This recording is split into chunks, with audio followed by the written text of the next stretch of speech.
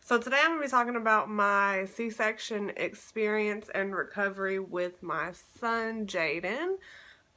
This comes after my 17 and pregnant video, so if you haven't watched that, watch that first, or you'll be missing out on some details. My due date with Jaden was February 16th, 2014, and my doctor decided to induce me that day at 8 p.m. February 16th instead of waiting. Usually I know doctors wait like a week or something to see if the baby will come on its own, but I was so miserable with the pup rash that I talked about in my last video that they went ahead and induced me.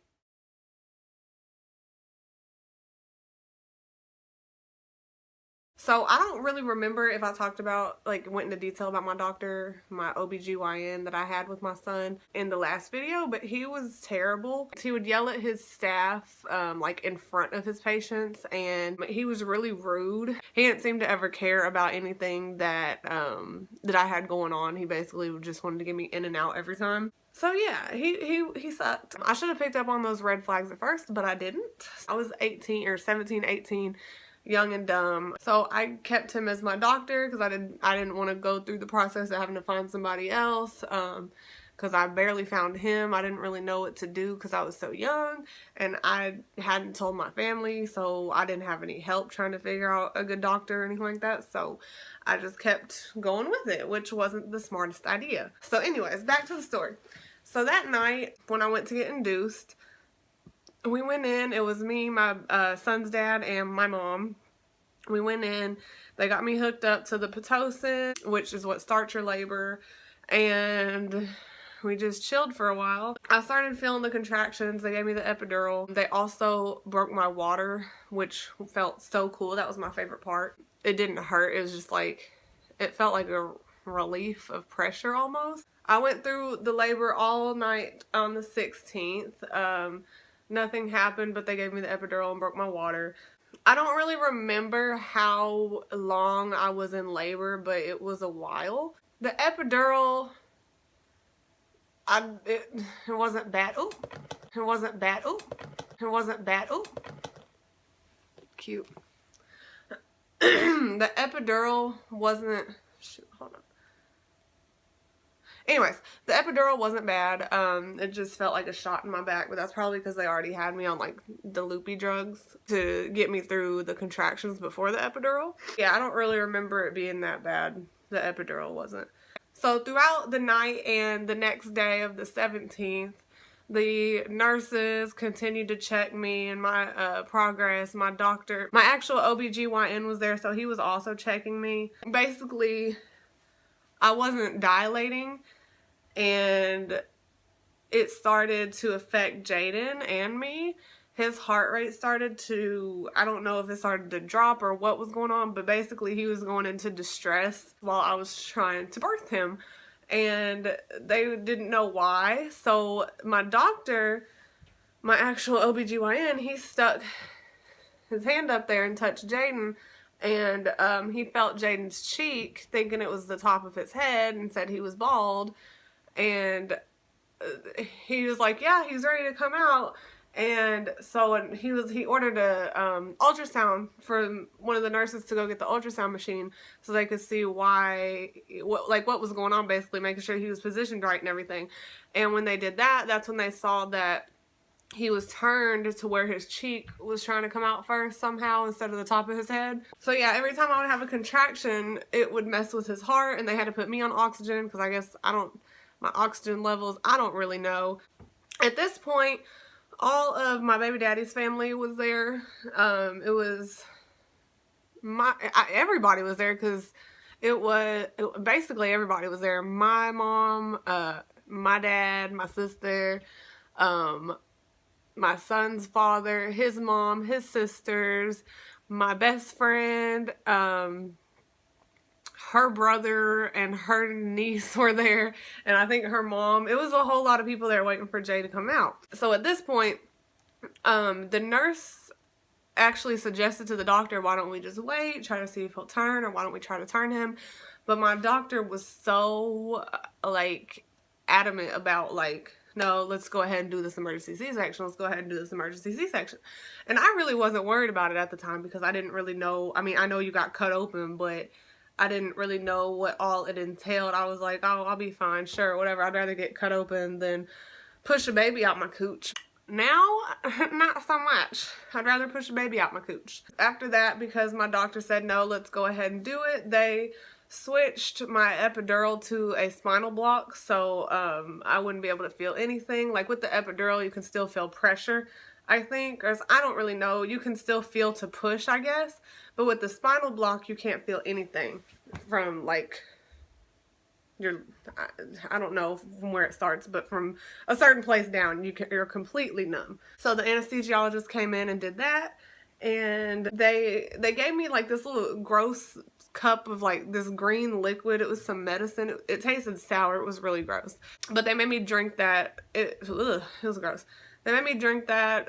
They said it stopped you from throwing up, and they don't want you throwing up while you're having a C-section because that's going to mess everything up. Yeah, I drank that. They put a catheter in me so I wouldn't pee all over the table while they were doing surgery. I didn't feel it when they put it in because I was already numb, so it wasn't bad. And basically 15 minutes later, I was being wheeled into the operating room.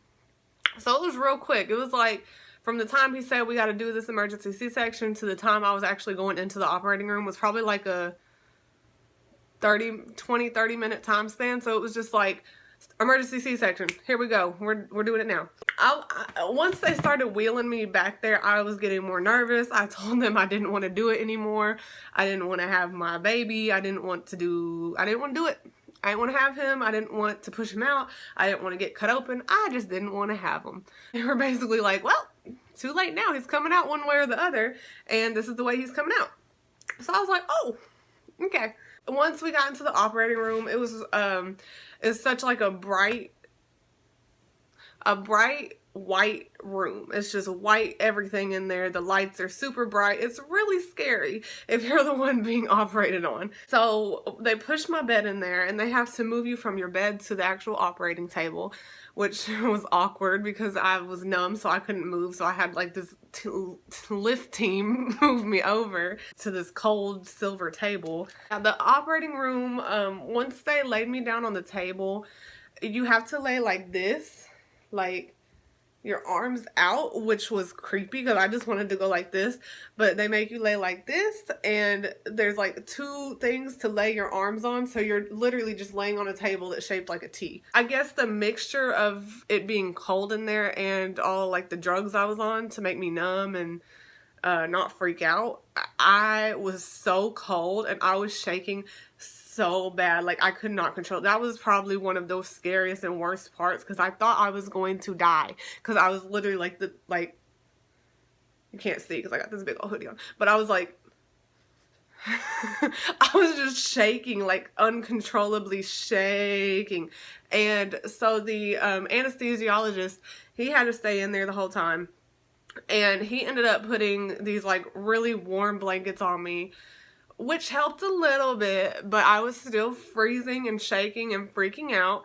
The anesthesiologist and my baby daddy were up by my head. In a C-section, you can only bring one person in there with you. You can't bring, like when you're having a vaginal birth, you can bring like, I think my best friend had one, she had so many people in the room. It was me, baby dad, her baby daddy, or me, her fiance, hey, they got engaged, but me, her man, her mom, her dad, and her boyfriend's mom. Like, it was a lot of people in the room when she had her baby.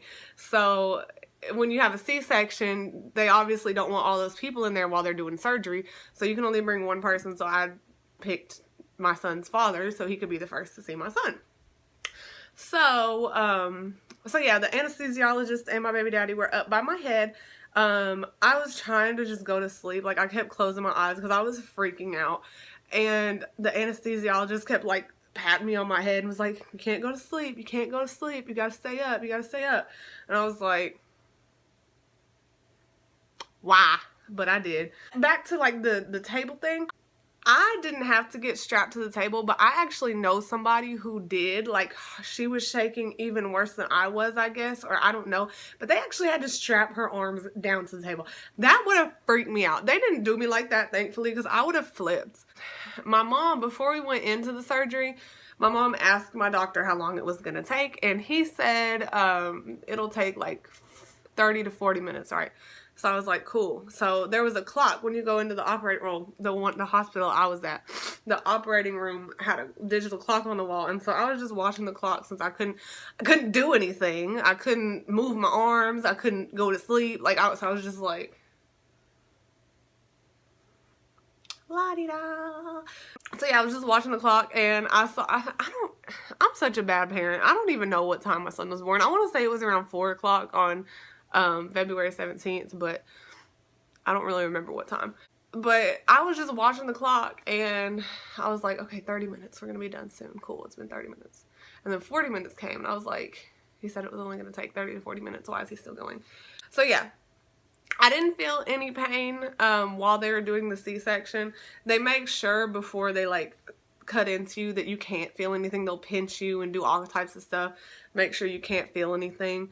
And I didn't feel anything. The only thing that I felt was when I don't really know, I guess when they were taking him out of me, it felt like a vacuum was in my stomach. It was a weird feeling. Like, it's like you just feel a bunch of tugging, but you don't actually feel any pain with it. So I was just chilling while they were pulling a baby out of a cut in my stomach. Fun times. After Jaden was born, after they got him out, they called my son's dad over there, and he said after the fact, like not at the time, because obviously he would have freaked me out.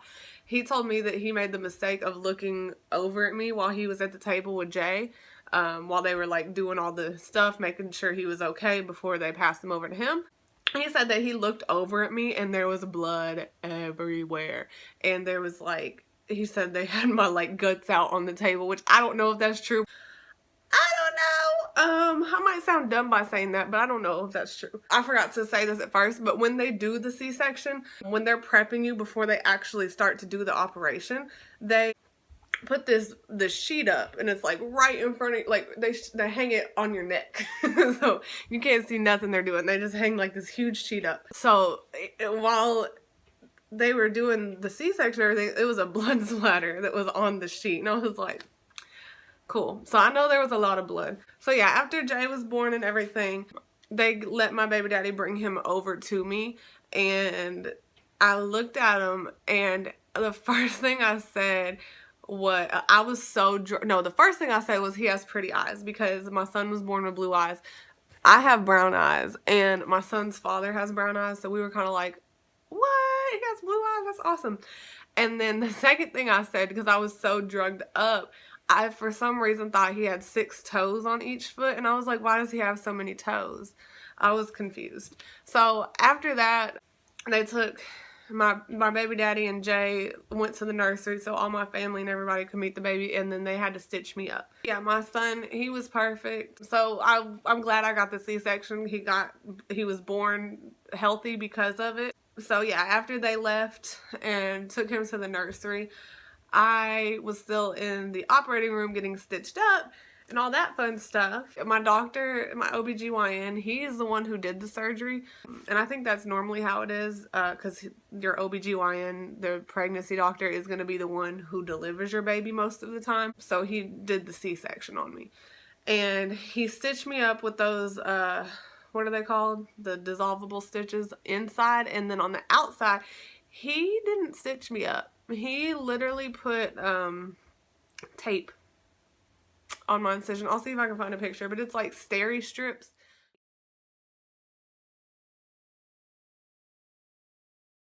Basically, it's tape that tapes you together, and he just put a bunch of little tape pieces on me to close my incision. After they finished and they put me back on the bed to wheel me to the recovery room, after that it was kind of just a blur. I don't really remember what happened. I basically passed out. I was tired. I had been up the whole night before that in labor, and then I just had a major surgery. So I passed out. Oh, and I was drugged up. I was real drugged up. I'm not even sure how long I slept. I do know that I had visitors while I was asleep, and my mom had to tell me about them after because I was passed out. I don't remember waking up and saying hi to them, even though she said I did. I don't remember any of that. So when I finally woke up, I was in so much pain. It hurt so bad. My doctor that I had at the time and the nurses would come in and they check your incision to see how it's looking. They also check your vaginal bleeding to make sure it's not too much. The nurse came in eventually once they felt like my meds were wore off. They came in and took the catheter out, which hurt. Yeah, so when they did that, she made me get up and try to go pee on my own, which was so hard. I could not stand by myself. I couldn't go to the bathroom. I couldn't sit on the toilet. I couldn't wipe myself. I couldn't bend over. I couldn't do anything by myself. I couldn't sit up in the bed by myself. I was in so much pain. Every time I walked, I had to have a pillow and I had to hold it on my stomach like this, like basically holding my stomach in place. It was a terrible experience. And that lasted for about 2 weeks. I couldn't do anything by myself. It was terrible. I relied on my mom and my son's dad and my grandma for basically everything. Yeah, it was rough. It hurt to move. It hurt to laugh. It hurt to cry. It hurt to cough. It hurt to sneeze. Every time I would laugh, cough, or sneeze, I always had to hold the pillow. Because if you cough, just think about how much your stomach moves, and they cut open your muscles, so you have no use of these muscles anymore in your stomach. And so every time you cough or sneeze, it hurts. Sneezing was the worst because it's so sudden and you can't stop it, and it's just so hard, and it hurt so bad. So I was in so much pain. I didn't even really get to have that bond with my son for the first couple months of his life, which sucked. But I was in so much pain. So I was on these pain pills. So I was just sleeping all the time. I could sleep all day on these pills. So anyways, back to the story. We got released from the hospital. I took Jay home. The ride home was rough, going through the bumps. I just held my pillow. I had a pillow pet, a cow, and I just held it on my stomach the whole time. So once we got home, I felt terrible. I was leaking from everywhere. My boobs were leaking because I had milk. My incision was leaking because it was bleeding, and my cooch was bleeding also. I had to take showers still. It was hard to get up and take a shower, but I had to take showers so I could clean my incision, because if you don't clean it, it's going to get infected, which, fun fact, it happened anyways, even though I did clean it. One day, I was in the bed, and I think I was either taking a nap or I had just woke up, and I touched my shirt, and my shirt was soaked. I thought I had bled out of my cooch and bled, or I don't know. Or peed on myself. I don't know what I thought happened, but it was just soaked. So I looked down and it's soaked with blood, and I was like, oh, where is this coming from? It was so scary. So I woke my baby daddy up and I was like, bro, what is going on? And apparently my C-section incision just started leaking. I don't know. It's because it got infected, but it just started bleeding like crazy. I don't even know what triggered it, because the way I had to sleep was on my back in a certain position. I couldn't move. I couldn't sleep on my side. I obviously couldn't sleep on my stomach. So I don't even know how that happened still to this day. It was soaked. It was so much blood. So I went to my doctor. They actually made me go to a wound care doctor. I don't know if y'all know what that is. I mean, it's pretty self-explanatory by the title, but that's where people go if they get shot, or people with, I don't know, just wounds that won't heal. And so I had to go there, and that was a terrible experience in its own. This doctor doesn't numb you for anything, and they still do very painful things with no numbing. They had this, I don't remember what it's called, but it came in a pill bottle. It was weird. It's like this string that comes in a pill bottle. The name's gonna come to me when I'm done recording.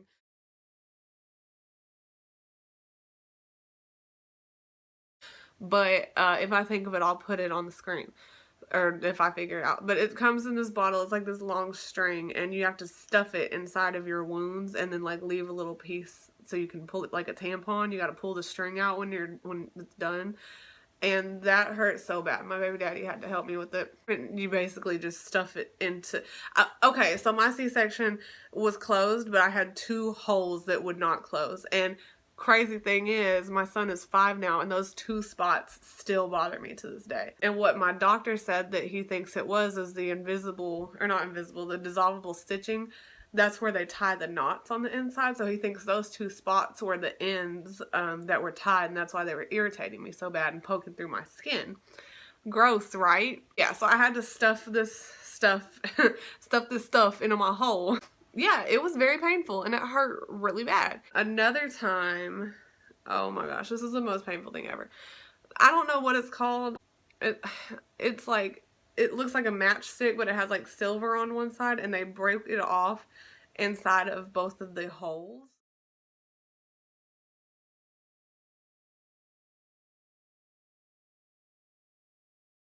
But oh my god, when they did that, it hurt so bad. I felt the pain in my back. Like the sting went all the way to my back from how painful it was from something they put into my C-section incision, which is on my front. Whew, that hurt. That hurt so bad, but I was a G. I didn't even cry. The wound care doctor, like, my situation was bad. They ended up sending me a whole box of stuff that I had to have at home with the string I had to stuff, some gauze, like tape that I could tape the gauze with because I was leaking every day. And this was like weeks after, like probably like a month after that I still wasn't healed. And so I had to wear a gauze pad every day. I could walk and stuff now. I could walk and like go to the bathroom and take showers on my own and stuff. But I was still leaking. Like my stomach was still leaking. And so I had every day I had to wear a gauze, like, okay, basically like where you wear your underwear is at your bikini line, and I would have to put a gauze pad right there and tuck it into my underwear so it could catch all the blood. It was gross. And I went back to work. I was working at Forever 21 at the time. I went back to work, I think, after 6 weeks of me being out having my son. And when I went back to work, I still was wearing those gauze pads because my C-section was still leaking. I had to go to work with gauze pad, boob pads for the milk, and a pad for my bleeding. So it was gross, but I made it through eventually. I'm pretty sure that my doctor did botch me or something because with my daughter, my second C-section, when I tell you it was a breeze, like it was nothing. It was so easy. I was up and walking that same day. And with Jaden, I couldn't walk by myself for at least a week or two, probably 2 weeks at least. And so it's like, what was the difference? Because I've heard that second C-sections are far worse than first C-sections, but that was not it for me. Oh, and my OBGYN that I had with my son, he actually sent a letter out about 2 months after my C-section saying he was closing his business and moving out of the country. So part of me wonders if that was to avoid lawsuits. I also found out later that, I don't know if this is true either, but since I was on TennCare, which is like free insurance, I found out that if the doctors do C-sections instead of vaginal deliveries, they get more money. I don't know if that's true or not, but if it is, that's messed up, and I wouldn't doubt it because he was really sketchy. My first one was terrible, and so I'm gonna make a video about my second C-section as well. I flipped out when they told me I had to have a second one because I was so scared from the first time. Like, I was scarred. It was terrifying. If you want to see what my C-section incision looked like, Google infected C-section and you will see. It was not fun at all. It was a terrible experience, but my son is healthy and I'm thankful that he was born, and no matter what, I would do it again for him just to have him. But yeah, wasn't a fun experience. So that's basically it. I'm gonna go ahead and record my video about my second C-section now. So yeah, I will see you then.